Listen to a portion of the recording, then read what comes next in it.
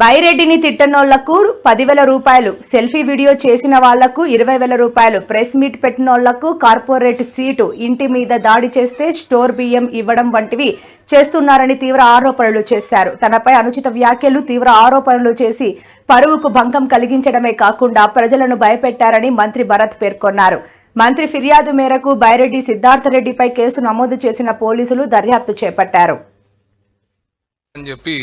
ఇప్పుడు కర్నూలులో ఈరోజు ఒక జోకే నిందలేసి పోతే ఊరుకుంటాం అనుకుంటున్నాడేమో. ఎందుకంటే ఇక్కడ ఉండే ప్రెస్ వాళ్ళు మీరు అందరికి తెలుసు మా ఫాదర్ ఎట్లాంటిది, మా కుటుంబం ఎట్లాంటిదని. 99 నుంచి రాజకీయాల్లో ఉన్నాం.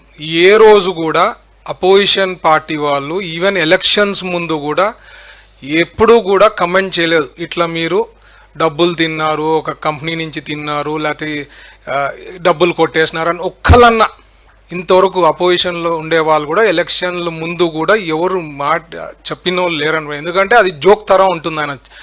సో ఈరోజు ఈయన ప్రూవ్ అయిపోయాడు అనమాట జోకర్ అని. ఎందుకంటే నోటికి వచ్చింది మాట్లాడినాడు. ఇప్పుడు what is going to happen, I'll be taking it to the courts. Defamation వేస్తా, క్రిమినల్ డిఫమేషన్ వేస్తా, వదిలే ప్రశ్నే లేదు. ఆయన ఇప్పుడు ఆలోచించాలా, ఎందుకయ్యా నేను కర్నూలుకి వచ్చి నోటికి వచ్చింది మాట్లాడినా అనే ఫీలింగ్ తెచ్చుకోబోతున్నాడు బైరెడ్డి సిద్ధార్థ రెడ్డి గారు. కర్నూలులో బైరెడ్డి సిద్ధార్థ రెడ్డి మీద మినిస్టర్ గారు కంప్లైంట్ ఇస్తే ఒక గంటలో